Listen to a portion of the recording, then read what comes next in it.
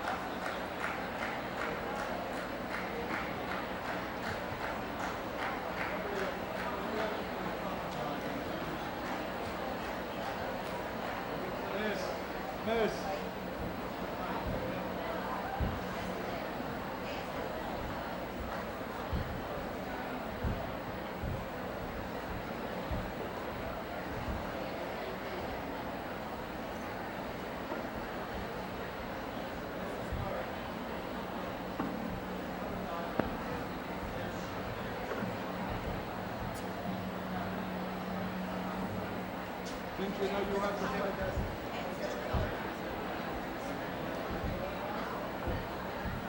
Oh, we have 2 people left.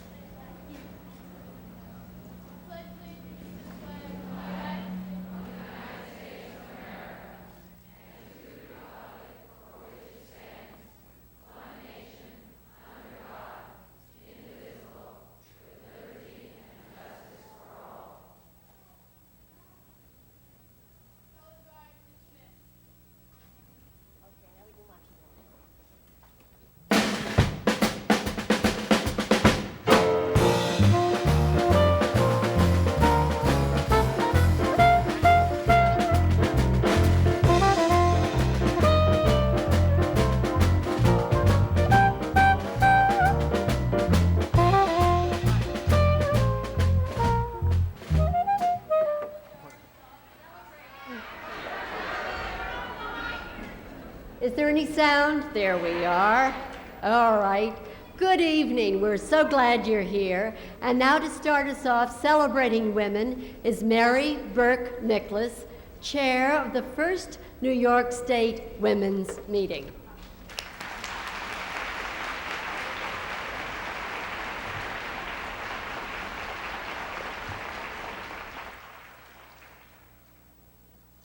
Welcome to the, is it not on? Can you hear now? Okay. Welcome to the first New York State Women's Meeting.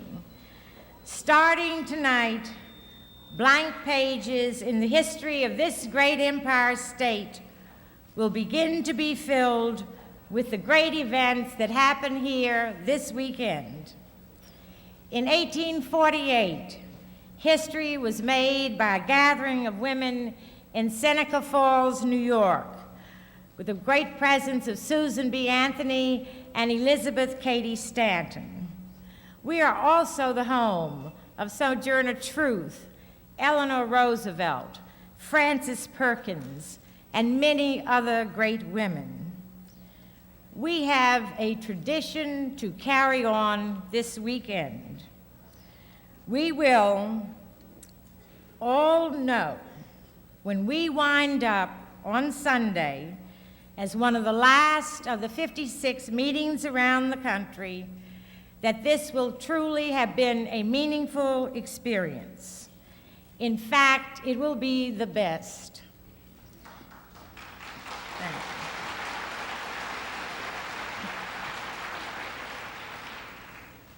you. It will be the best because of the sacrifice of time, thought, and energy hundreds of you have given to lead up to this evening. It will be the best because of the many women from all walks of life, from all over this great state, who have journeyed here to contribute their thoughts and experiences. It will be the best because we know as women we still have a long way to go in this state and this nation to achieve true equality. It will be the best because of the resolutions formulated here to be passed on to Governor Carey and the state legislature. It will be the best because New York women will elect an outstanding delegation to represent us at the first National Women's Conference in Houston in November.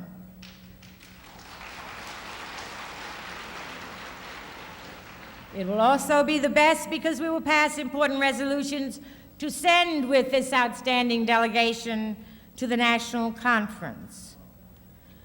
It will be the best because we gather here as sisters to exercise our rights and unite at the end in true sisterhood.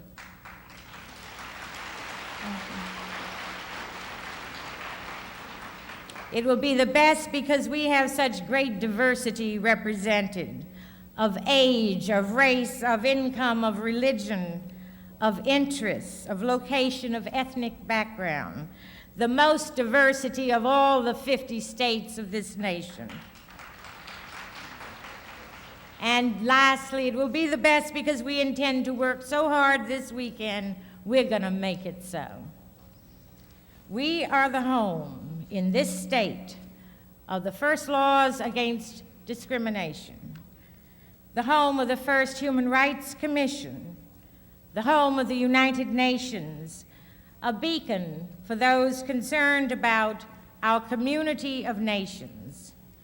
It is here in this state that the Statue of Liberty has served as a beacon to those yearning for a better life, those who lived here or passed through our state to settle the rest of the nation. It is fitting that the torch is held by a woman in the harbor.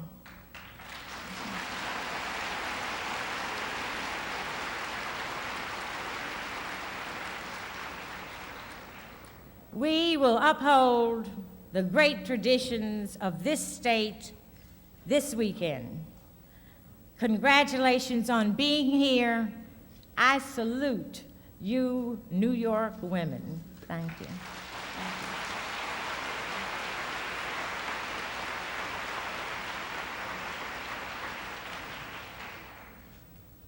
It is now my privilege to introduce a woman who just a few short years ago was working on the program staff of a governor of New York, Averell Harriman. She decided that she would go back to school and go to law school and become a lawyer. She did. She decided that she would run for the assembly, and she did, and she won. Then she decided she would run for the New York State Senate, and she did, and she won. And 3 years ago, she decided she would run for statewide office, and she did, and she won. And she's our great Lieutenant Governor, a National IWI Commissioner, Mary Ann Krupsak.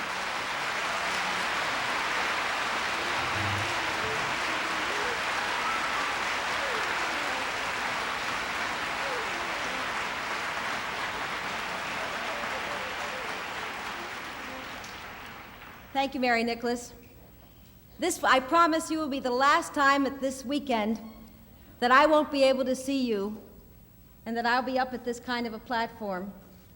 I have an official duty to perform tonight, besides giving you the warmest greetings and sharing with you my own sense of excitement about what we are about. But I promise that in the course of this weekend, we will share together as we all will, and that I will be able to look at you as you are looking at me on this platform tonight. These lights in this building are blinding, and I feel your presence, but I can't see you. I'm thrilled that we have, for those who cannot hear, someone standing next to me. I borrowed a page from Rosalind Carter, and I wore the dress tonight, my red, white, and blue skirt and a top that I wore when I gave greetings to the Democratic National Convention in New York City. And I thought that that opportunity to share a few thoughts ought to be able to be shared by everyone. And I arranged for someone from the Lexington School for the Deaf to be with me on the platform.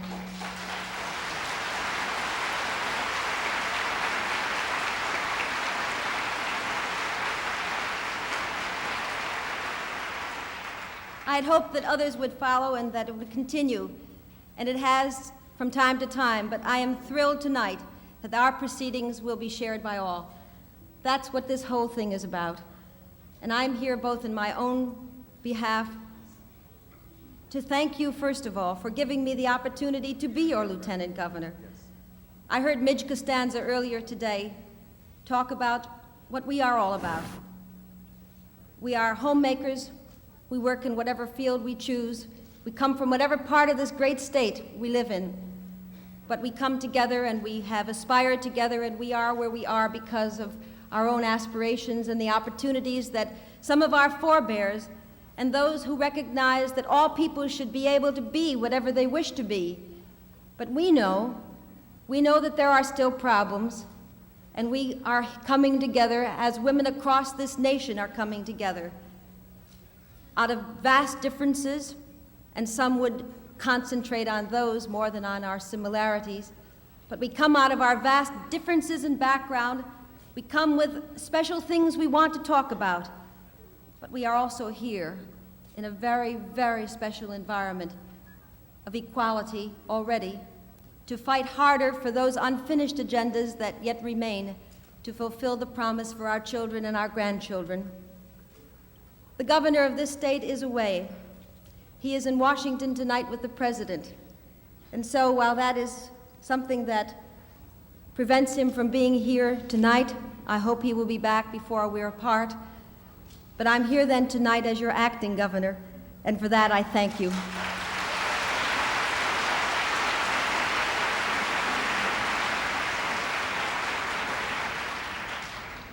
The one thing that I hope each of us is so keenly aware of, even as we begin this exciting moment, is that we will, none of us, leave on Sunday the same as we are here tonight. Because one of the things that we are about is the task of listening, sharing with each other.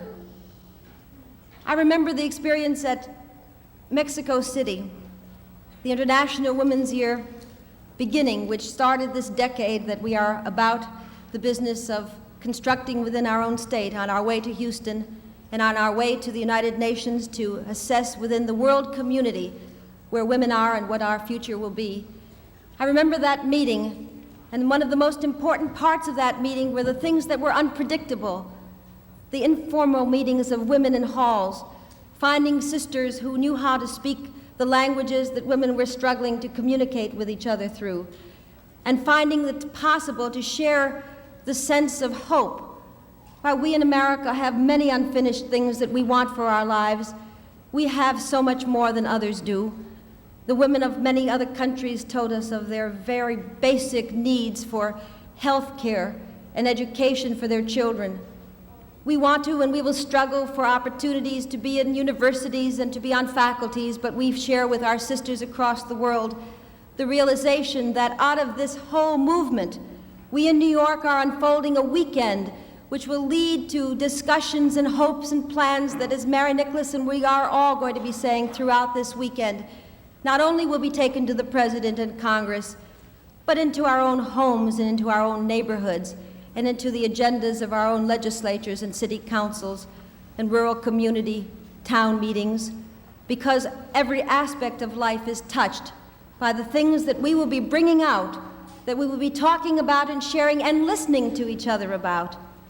The world that you and I would hope to have, a world at peace, in which those women spoke to us of the foreign aid that America and countries like us provide that somehow never reaches them.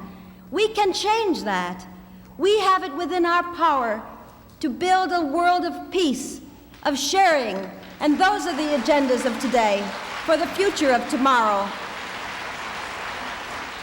I shall never forget hearing the women speak of large tractors and big fine machinery that stand rusting in fields while they beat the ground and beat the soil and beat the grain to produce the bread to feed their children and themselves and their families.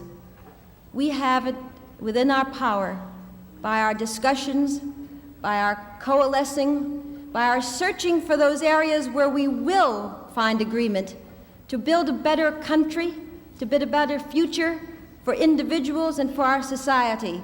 And as Americans, full-fledged participating Americans in writing not only our own domestic agenda but the world agenda, create finally at long last the world of civilized peace for all mankind.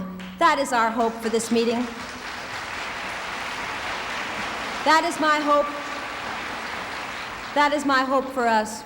And I shall join you as many of the workshops and the discussions as we possibly can in the sisterhood that is this great opportunity of this fine meeting that we are engaged in and beginning tonight. I want to now bring before this body one of the architects of the International Women's Year, a woman who holds the distinction of being one of the few people who is in a policy-making position at the United Nations.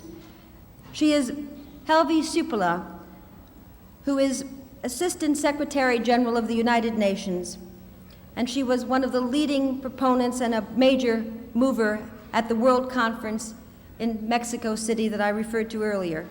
I'm going to read some of her background because I think it's important to understand who this woman is who comes to us tonight.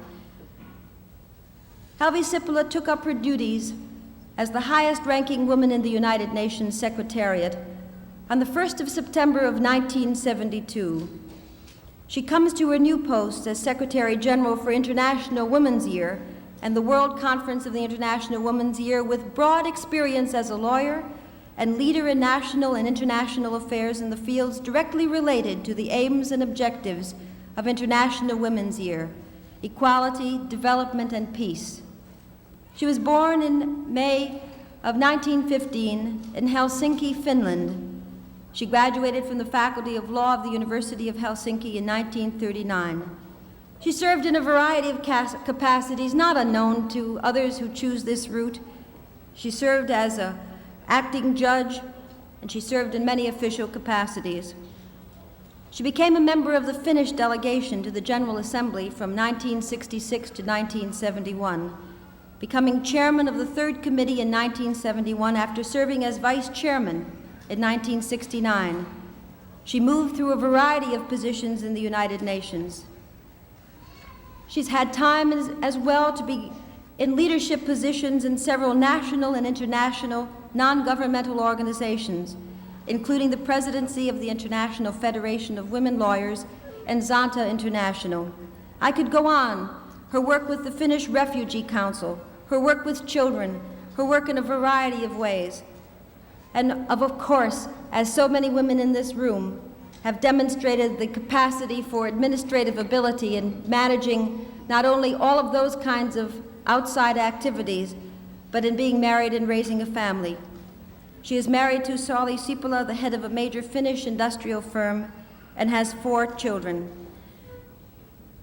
Helvi Sipila is a woman who is, as so many at that International Women's Year, a voice seeking to share a perspective and to make friends and allies of all of us in the cause for peace.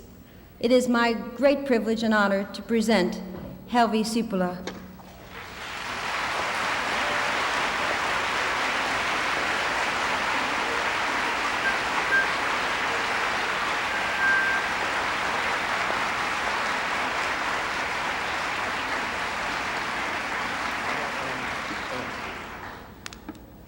Thank you very much, Madam Lieutenant Governor, and my dear friends.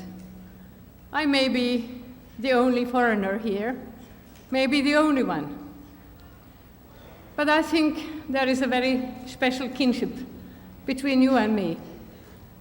I come from Finland. I wear a dress of the International Women's Year, which was actually produced in Africa. And I live in New York. because of my duties. This is why I'm one of you.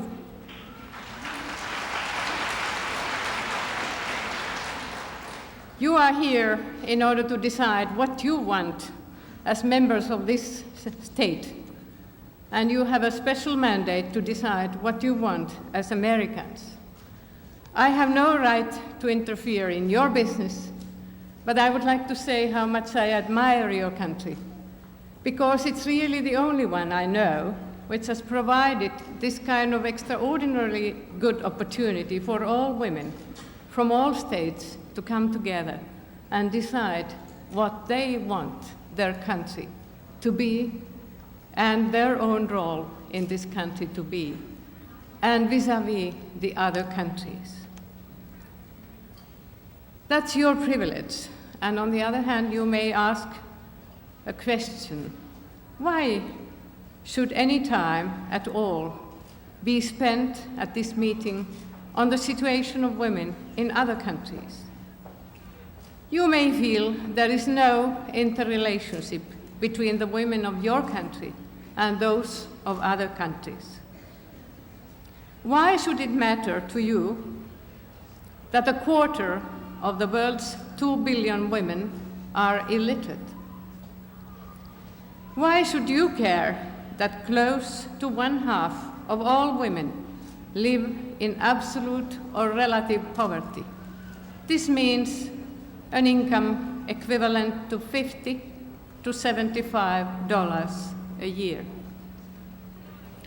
Why should you give consideration to the fact that the majority of the world's women, especially the 70% of all women in the developing countries, must work hard for 16, 18 hours a day in order to carry out their duties as mothers, homemakers, breeders, feeders, and producers? What concern is it of yours that under social, economic, and other pressures, these women may have very little choice in decision-making as to the number and spacing of their children, who often are the only economic and social security for themselves and their families? Yet, we talk about population crisis. Of what relevance to your lives is a high maternal and child mortality and morbidity rates in developing countries, when you and I, and countries from where we come, have much better opportunities to offer their women and their children? All of this, you may reason, is far removed from and has no bearing on the problems you must face and solve here in your own state and your country. But I think that nothing could be further from the truth than that kind of feeling. I think we learned many things from International Women's Year 1975, which was really the first time in history that worldwide attention was focused on the situation of women. Perhaps the most important thing we learned, which the nations of the world and the international community as a whole have begun to realize and very slowly act upon, is that there is a direct interrelationship between the improvement of the situation of women on the one hand and the potential solution to many of our national and international problems on the other.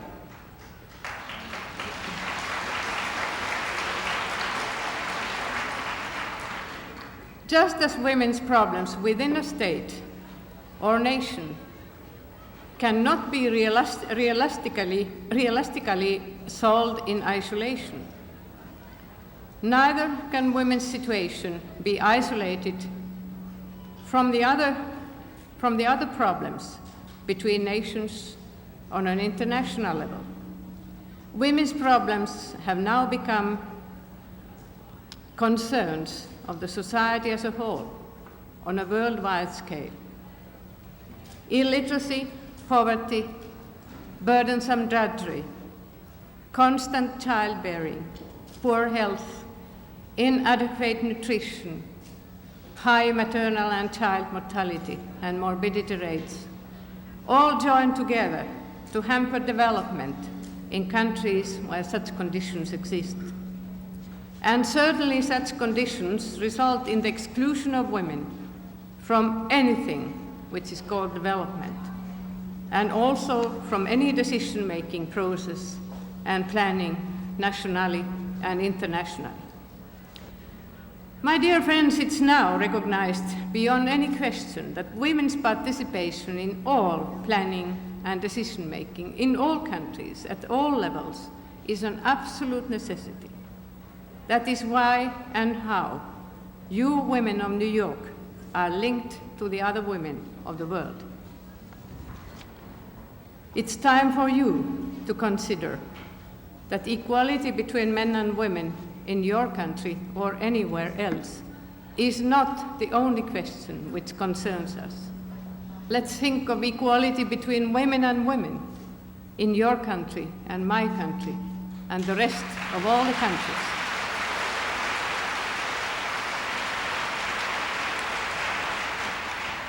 Your reaction makes me very happy. This is why I came here. We must consider all of the above in terms of human suffering and need in the most basic of human rights. In a country like that of yours, where the tradition of human rights has such deep roots, it would seem impossible that consideration not be given to a situation that exists in direct opposition to these rights, and that's the situation among women and children in most of the developing countries. We peoples of the United Nations, you and me and the others, have adopted a Universal Declaration of Human Rights and various other instruments, according to which we are all responsible for the human rights of every individual. We all live in one world where the interdependence of nations is a recognized fact and a reality which we are increasingly experiencing even in our private daily lives. Therefore, our responsibilities in the implementation of the World Plan of Action, which was adopted at the Mexico City Conference, and our participation in the Decade for Women's program, as proclaimed by the United Nations General Assembly, cannot be limited to our own states and our own nations alone. We have our rights and responsibilities in the implementation of the plan at the international, regional, and global level as well. Isn't it a most exciting unifying factor? You, women from the New York State, and all women from the United States, all women and men from all parts of the world are now called upon in order to implement one socio-economic and socio-economic and political plan called the World Plan of Action, and it was produced by the International Women's Year, the most practical one the world has ever had. My dear friends, we have this unique opportunity now before us. We can add the full participation of half of the world's population to those who are already attempting to solve the world's problems. We have a plan, we have a program, and we have a machinery. All that is needed is just action. Let this July 8, 1977, become the day when women from the state of New York, in Albany, heard the appeal from all parts of the world and decided to start a new, dynamic action in order to help solve the problems of the world, beginning with the problems of other women, their children, and their families. If we do so, perhaps the prophecy of Matthew Arnold, the English poet, whose words I quoted in Mexico, will become true. When women have come together and joined their forces for the benefit of humankind. That will be the power, such as the world has never known, which will bring us to the solution: equality, development, and peace for all the peoples all over the world. Thank you.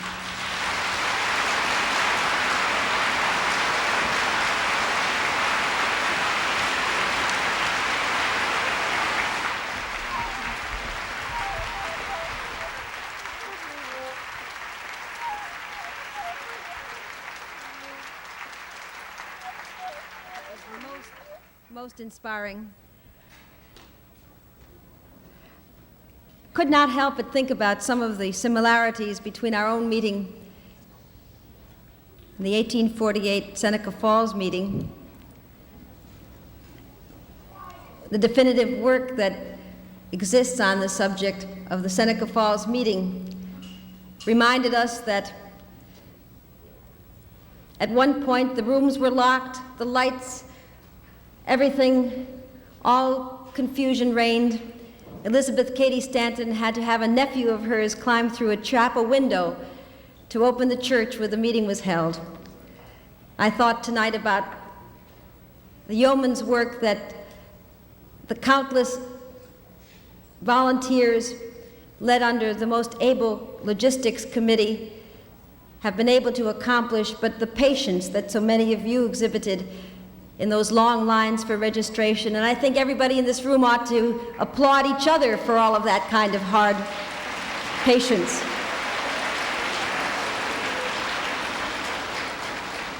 That same book reminded us of another thing, and that was that no one ever dreamed that a gathering of 300 women in Seneca Falls in upstate New York could be so significant in setting the momentum for women's suffrage.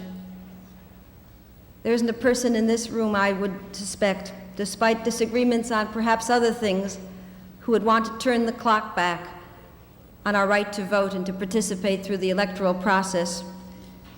Who knows what historians will call these moments and these days and our own effort at carrying on those missions to fulfillment. Seneca Falls had its Susan B. Anthony and Elizabeth Cady Stanton and the other great women whom we all know and cherish for their enormous contributions, their sacrifices, and their vision. We too have such women, and it is my privilege to bring to the podium now one of those women whom history will mark as one of the greatest public servants this country has ever produced. This woman, too, has combined career and family. Many people know the almost abiding loyalty of husband Martin, but do not know of the fact that she has 2 daughters. This woman's career has covered the law profession, the advocacy, the defense of people fighting for rights. This woman has been a leader in the peace movement, in the causes of all of us, in the fight of social reform, and in the legislative battles that go on in Congress. In her 6 years in Congress, I dare say she has accomplished more than many do in a lifetime of 20 or more years of public service.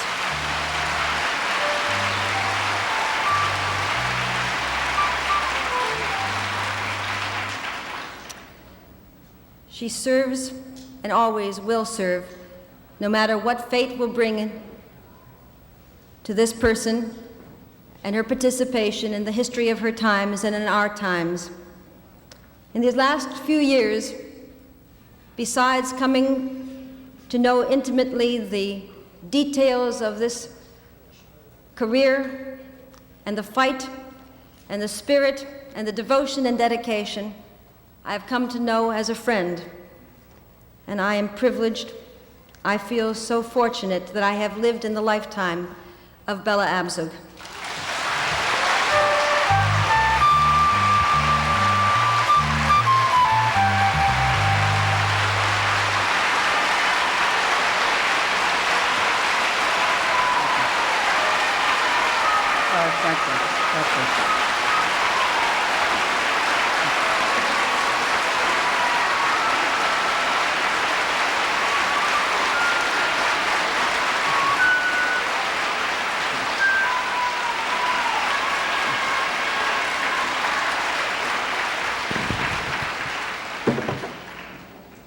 Good evening, suffragists and sufferers. I know it was hard getting in, as Mary Ann said, but it's going to be great getting out because we will have accomplished a great deal, and this will have been worth it all. I just want you to know the following. As presiding officer of the National Commission, I bring you greetings from the President and Mrs. Carter and from women all over this land. We're here tonight, in the words of Walt Whitman, to celebrate ourselves, to sing ourselves. We hear the women of America singing the varied carols we hear. In 45 states and territories so far, from Alaska to Maine, from Georgia to California, from America's Samoa to Puerto Rico and the Virgin Islands, women have spent the past few months meeting together, discovering each other, learning, arguing, agreeing, and disagreeing, celebrating not only our pasts, but a new birth of consciousness that helps us understand the way we live now and the way we can live in the future. Many of us see a future in which women will achieve equal rights, equal opportunities, equal responsibilities, and equal power with men.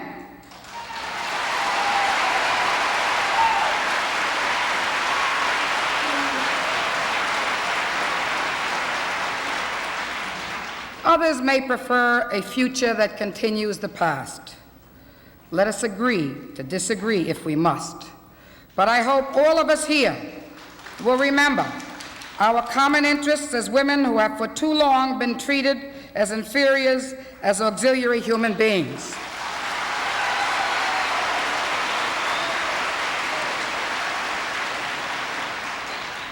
I'd like to tell you about some of the things that have been happening across this country at state women's meetings just like this. In Vermont, where our first meeting was held, a woman who lived in a rural area had to sneak out of the house at 3 in the morning because her husband forbade her to go. She went anyway.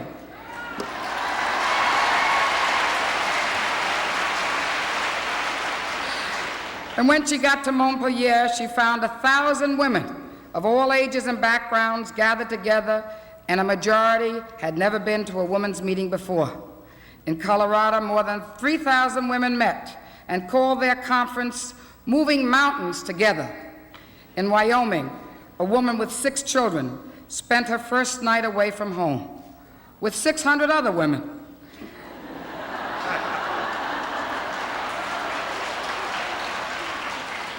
Their official motto was, "Let's make equality a reality."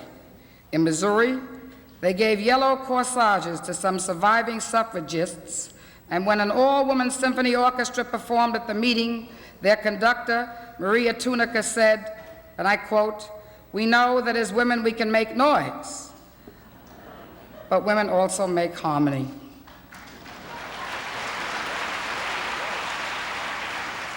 In Iowa, they sang Bread and Roses. And in South Dakota, they had a pageant whose characters included missionaries, suffrage workers, pioneers, and India women. In Utah, they broke the attendance records. 10,000 came.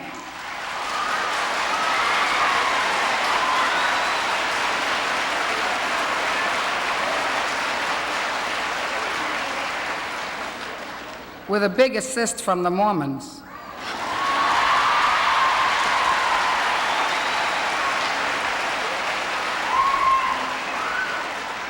A preliminary speak out in Puerto Rico brought 350 women out. Women from a needlework factory, from public school teachers and aides, nurses and social workers, housewives and grandmothers.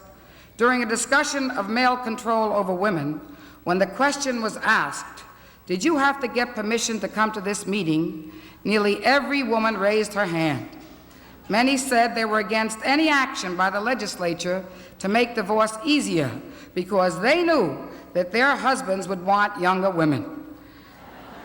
In Hawaii, the women held a speak out called Nawahani Oliki, which means women working together. More than 6,500 women came to the California meeting where they elected the largest delegation that will go to Houston. 96 individuals, including 21 Hispanic, 14 Black, 9 Pan-Asian, and 3 Indian women. In Pennsylvania, the Pittsburgh Women's Collective acted as security guards, and they wore hard hats to show they meant business. And we have a few hard hat wearers here, too, to show that we mean business. Women in South Carolina walked around with tape recorders, gathering oral histories, and others who were making their own history. Women who were firsts in South Carolina wore badges saying, "I broke a barrier, talk with me." 1,300 women in Virginia voted to boycott their state's products until the Equal Rights Amendment is ratified.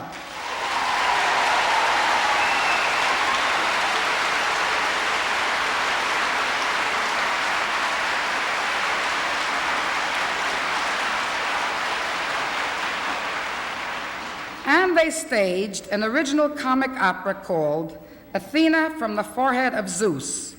It's the story of a man who got pregnant. In a small number of states, delegates were elected who opposed the Equal Rights Amendment. In the great majority of states, a majority of women voted to support the Equal Rights Amendment.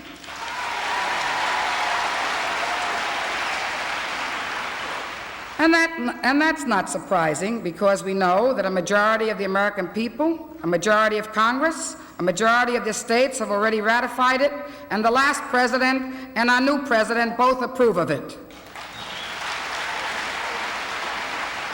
There has been controversy and excitement and drama and an enormous exchange of ideas and information among thousands of women of all kinds and all viewpoints. I'm sure we will compete with that excitement here.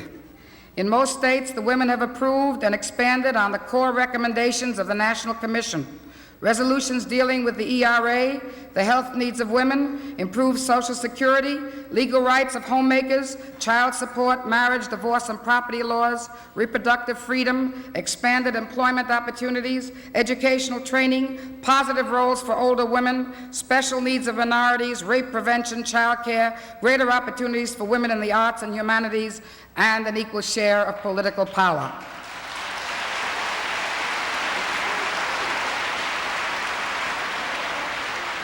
Those are just the beginning.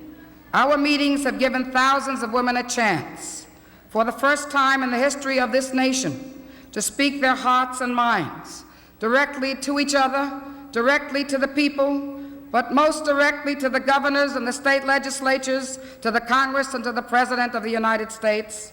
They have come up with hundreds of ideas and proposals, and they will be heard.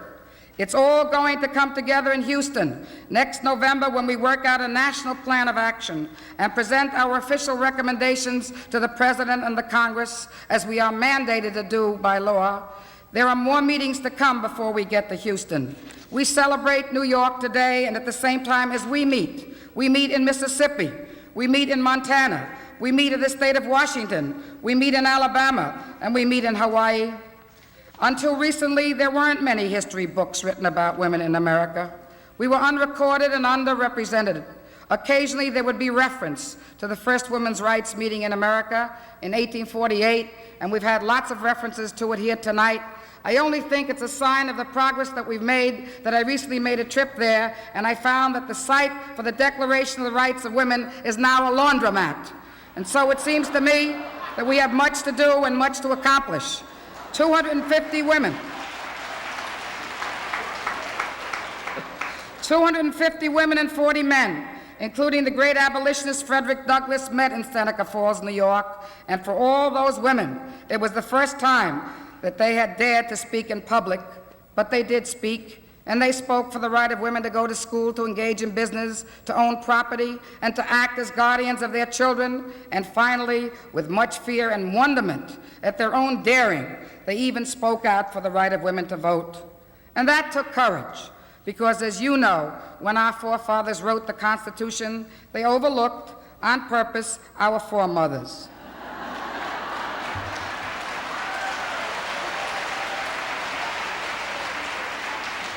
White women, along with black women and black men and Indian women and Indian men, were not allowed to vote. It took more than a century of struggle to win that right to vote for women, and it was a long, tough, and at times heartbreaking struggle. Women were ridiculed. They were patronized. They were scorned. They were jailed and even beaten. They were told they were too pure and too good to get involved in sordid politics. And men were even able to find many women who declared that they would never, never, never think of voting, that it was a sin to vote. It was unwomanly, they said. It would destroy the family, they said. It would destroy the home, they said. It would destroy religion, they said. In this state of New York, where the women who supported suffrage conducted a major, highly organized referendum campaign in 1915, they were defeated overwhelmingly, yet times changed. And 2 years later, the right of women to vote was almost routinely approved in our state. By 1920, suffrage was the law of the land. Today, you would have to look far and wide to find any woman who will say she opposes equality in the voting booth. And the day will come, soon I hope, when equal rights for women in all aspects of our lives will be the law of this land. And I predict that our children's children will be amazed to read in their history books that there was a time in this land when women were denied equality and denied the right to control our own bodies.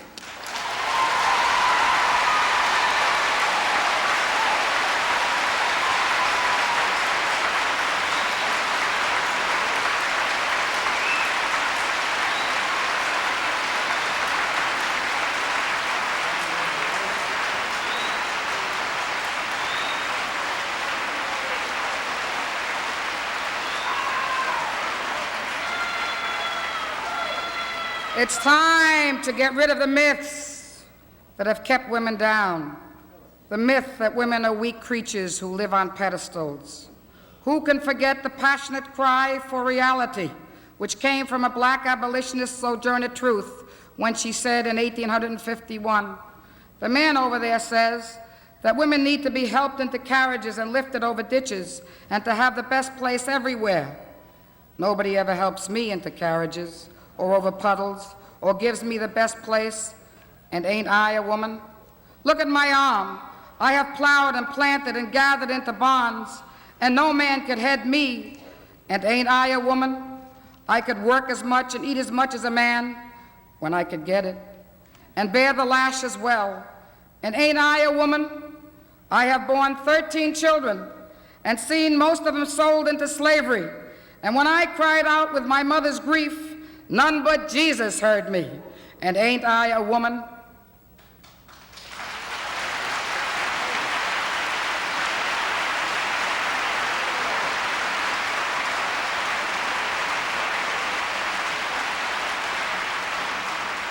I am not suggesting that women look alike, think alike, act alike, or have the same needs. We come in different sizes and shapes and colors. We have different sexual preferences, from different economic and social backgrounds, from different races, from the home and from the factories, from farms as well as from towns and cities. We speak, however, the common tongue of womanhood, and we share certain experiences. And one of the things we have learned is that women have to act together as women in order to win the right to live as unique individuals, not as somebody's hothouse idea of how a woman is supposed to act.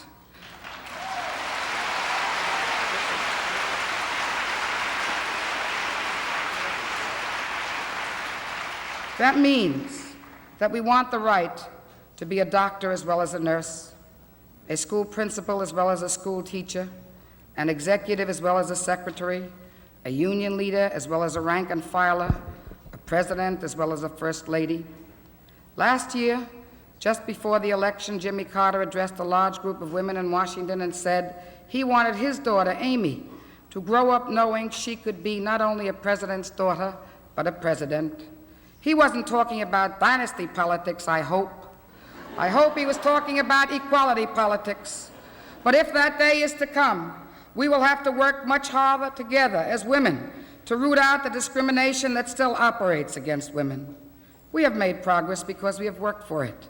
But the cold statistics tell us that a majority of women have still not felt the benefits of that progress, whether they work in the home or outside the home or do both. We know that most women do not work to gratify their egos or to live the beautiful life, but because they need the money to support themselves and their families, yet the gap between average earnings of women and men has grown bigger and not smaller.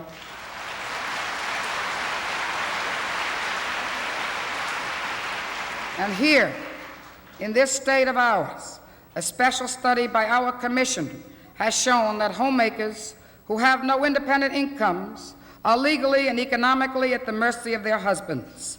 No objective value is placed on their work, and this puts them at a serious disadvantage in inheritance laws, in divorce and separation cases, and like all homemakers, they are discriminated against under Social Security as well.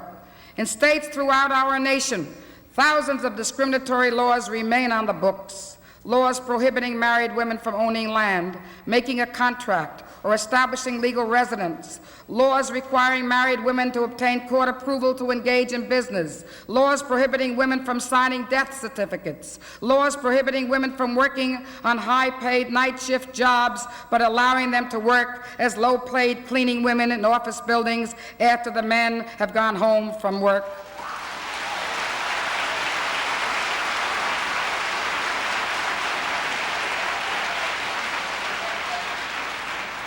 And at the very top of the power structure of this land, we have a male White House, though we have Midge Costanza. We have an all-male Senate. We have a predominantly male House of Representatives and an all-male Supreme Court that has just told poor women that in this country, a country of laws, there are two laws, one for rich women and one for poor women.